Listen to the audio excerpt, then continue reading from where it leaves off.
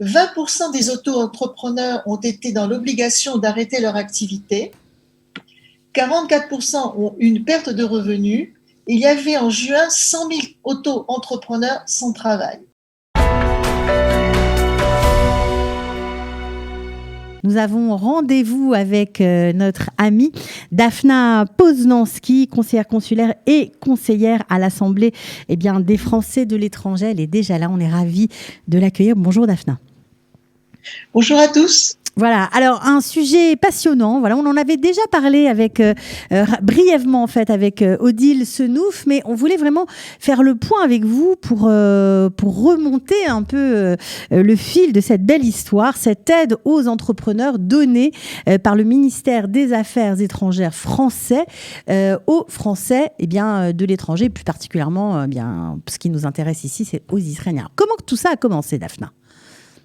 A commencé en fait avec le contexte. Le contexte, c'est tout de même que la crise sanitaire a engendré une crise économique et elle a eu des répercussions dans le monde entier, mais évidemment en Israël. Et je voudrais vous donner quelques chiffres issus d'une enquête faite par l'Institut israélien de la démocratie. 20% des auto-entrepreneurs ont été dans l'obligation d'arrêter leur activité. 44% ont une perte de revenus. Il y avait en juin 100 000 auto-entrepreneurs sans travail. Alors, il y a eu quelques aides relativement faibles du gouvernement israélien. Et si vous voulez, à partir de juillet, j'ai commencé à être contactée. Vous savez, les Français, depuis mars, m'ont beaucoup appelé pour me dire leurs problèmes, me raconter leurs problèmes et essayer de trouver de l'aide. Et vraiment, à partir vraiment de juillet, j'ai commencé à avoir des conversations avec ces auto-entrepreneurs, une catégorie socio-professionnelle qui ne m'avait jamais contactée auparavant. C'est normal, les auto-entrepreneurs, vous savez, sont des gens dynamiques, ils estiment qu'ils peuvent aller de l'avant, pour eux le progrès n'est pas un vain mot, le dynamisme non plus, et donc ils n'ont pas besoin de demander de l'aide à personne, ils comptent sur eux-mêmes d'abord. Et cet état d'esprit s'est écrasé contre la barrière de la pandémie. À un moment donné, vraiment, les barrières psychologiques ont sauté et cette catégorie s'est manifestée. Et je me suis dit, ce sont des Français d'Israël comme les autres, nous n'avons rien. Je suis juriste, vous savez, et je savais que nous n'avions aucun dispositif juridique pour les aider dans le droit administratif français. Et c'était pour moi une peine, vraiment un chagrin. Et je me suis dit, il faut essayer d'imaginer. Il faut essayer d'imaginer. Et à ce moment-là, j'ai commencé à imaginer en me disant, la route va être longue, semée d'embûches, mais je vais avancer, on verra bien. Il faut que je tente quelque chose. Et donc, j'ai commencé à imaginer un projet. Je l'ai présenté à Odile Senouf, qui est la présidente de l'APTAR, qui est l'association de bienfaisance de Tel Aviv et sa région, dont je suis membre fondatrice. Et je la remercie parce qu'elle m'a encouragée. Et je me suis dit, je vais continuer. Mais toujours ce problème qu'il n'y avait rien. Et en octobre, je vais donc à la session de l'Assemblée des Français de l'étranger avec mes collègues de la Commission des finances, de la fiscalité et du budget à laquelle je siège. Nous avons interrogé Jean-Baptiste Lemoyne, qui est le secrétaire d'État aux Français de l'étranger. Et il a reconnu qu'il y avait un problème et qu'il n'y avait pas de solution dans le cadre juridique français. Et c'est là où il a eu un bout de phrase. Et c'est sur ce bout de phrase que je vais vous lire. Il a dit il faut leur venir en aide selon leur situation individuelle. Vous allez me dire, c'est pas grand-chose comme mot.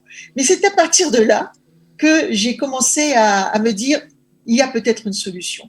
Donc, on a continué à avancer. On a mis au point vraiment avec un dispositif et j'ai demandé à un expert économique éminent, Guylain Sidbon, de m'aider à monter le projet de manière économique. Et nous l'avons présenté à la consul générale de France, Florence Mayol-Dupont, qui était favorable. Nous avons ensuite présenté le projet devant le conseil consulaire, qui a donné un avis favorable à l'unanimité. Et je remercie mes collègues. pas toujours évident, vous savez, d'avoir l'unanimité. Et ensuite, il a remporté l'adhésion de la DFAE, c'est-à-dire la Direction des Français de l'étranger. Ou quand même, j'ai quelques contacts depuis le temps où je siège pour défendre les intérêts des Français. Tout ça, c'est, on va dire, l'historique du projet. Alors, c'est la première fois qu'il y a une lettre de ce type pour les Français vivant en Israël. Ah oui, tout à fait.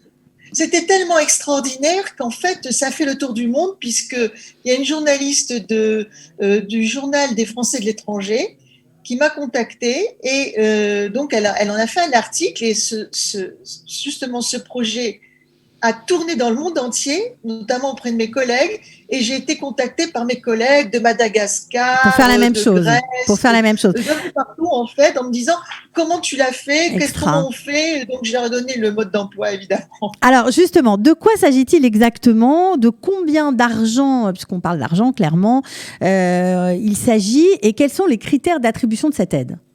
Alors nous avons demandé, vous savez, c'était un projet pilote en quelque sorte. Donc, on s'est dit, c'est déjà merveilleux si on obtient quelque chose. On va demander 75 000 € en se disant, ça va être une aide modulée, selon évidemment l'état des lieux, en quelque sorte, et on va y revenir dans les critères, donc entre 750 et 1 000 €. Il est évident… Par personne, c'est ça, l'aide est individuelle. Par auto-entrepreneur. OK. Par auto-entrepreneur. Entre 750 en one shot et 1 000 €. Oui, okay. Exactement. Donc, ça fait quand même 1 000 €, c'est quand même 4 000 shekels. Je connais beaucoup d'auto-entrepreneurs en Israël qui ont eu 2 000 shekels, en fait, du gouvernement israélien. Donc, en fait, c'était quand même une belle idée. Donc, on a mis au point ce programme, et on a eu donc l'accord. Les 75 000 €, on a donc reçu l'accord. Et alors, les critères, c'est… Il faut être inscrit au consulat de France, Tel Aviv, Haïfa. Ça, c'est le premier des critères. Mais bien évidemment, si il y a un auto-entrepreneur qui réside dans ce ressort géographique et qui n'est pas encore inscrit, il suffit de me contacter. On peut régulariser la situation. On peut régulariser. Voilà. D'accord. Voilà. Alors, on est inscrit au consulat. Ensuite, qu'est-ce qu'il faut ? C'est le premier critère. Le second critère, et c'est un critère important, il faut avoir un numéro de Essek Patour ou Essek Mourché auprès des services fiscaux israéliens. Vous le comprenez, il s'agissait de rester dans le sérieux. C'était le plus important. Et puis évidemment, il fallait avoir une perte attestée de revenus de l'ordre de 50% par exemple. Il faut avoir une baisse de 50% de son chiffre d'affaires. Comment ? Une baisse de 50% de son chiffre d'affaires. Voilà, au moins. Okay. Et nous avons quand même mis une variable. Ça va être si on a trop de projets, trop d'auto-entrepreneurs, trop de demandes, il nous fallait une variable, et j'ai proposé la composition de la famille.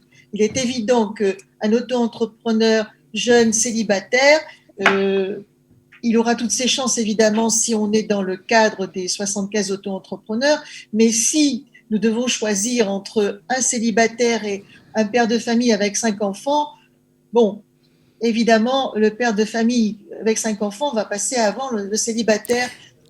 Bien sûr, bien sûr. Est-ce que vous avez déjà eu des demandes, et est-ce qu'il reste bien des possibilités d'obtenir cette aide pour ceux qui n'ont pas encore déposé de dossier ? Alors, écoutez, nous avons déjà une 50aine de dossiers qui ont été déposés. Okay. Sur ces 50, je ne sais pas combien vont être dits recevables. Mais en tout cas, on a déjà une 50aine. Il y a encore, vous voyez, nous, on pense donc, on s'était dit 75 auto-entrepreneurs, donc il reste encore un peu de marge. Il reste encore de la marge, donc on peut encore déposer ce dossier. On fait comment ? On se connecte sur le site du consulat, c'est ça la formule ? Sur le site du consulat, c'est déjà répertorié. Effectivement, on peut le trouver. Sinon, il suffit d'envoyer une demande à une adresse mail extrêmement simple, formulaire. Avec un S ? Non, sans S. formulaire.aptar, AFBTAR, sont les initiales de l'association, @gmail.com. Voilà, et à partir de ça, on pourra… ça prend du temps. À ce moment-là, le dossier est envoyé. et il est envoyé directement d'ailleurs à l'expert économique. C'est comme ça que nous avons souhaité que ce soit fait.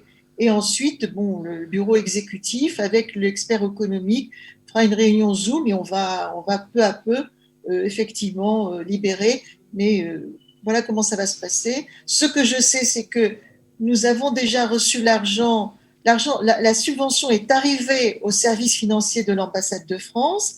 Le chef du service financier, qui est un ami, m'a dit qu'effectivement, il avait libéré les fonds, mais on n'a pas encore reçu les fonds.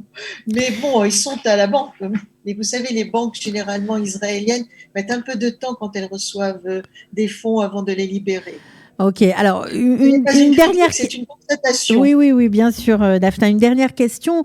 Pour finir, vous avez parlé de Tel Aviv, de sa région, des entrepreneurs inscrits au consulat de Tel Aviv et de Haïfa. Quid des entrepreneurs de Jérusalem?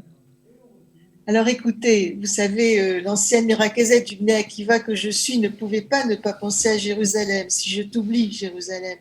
Et donc je me suis dit qu'il fallait absolument en faire quelque chose. Il y avait une injustice inhérente dans cette histoire.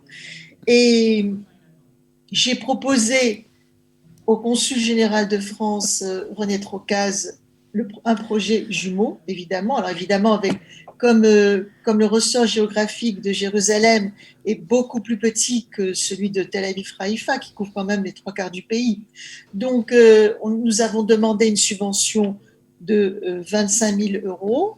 Là, c'était plus l'APTAR qui ne pouvait pas agir. J'ai demandé donc à une association dont je suis présidente d'honneur, que j'avais créée aussi, c'est la DFI. Donc, j'ai demandé à la DFI de porter le projet. Elle l'a accepté. Nous avons déposé le projet, avis favorable du consul général de France.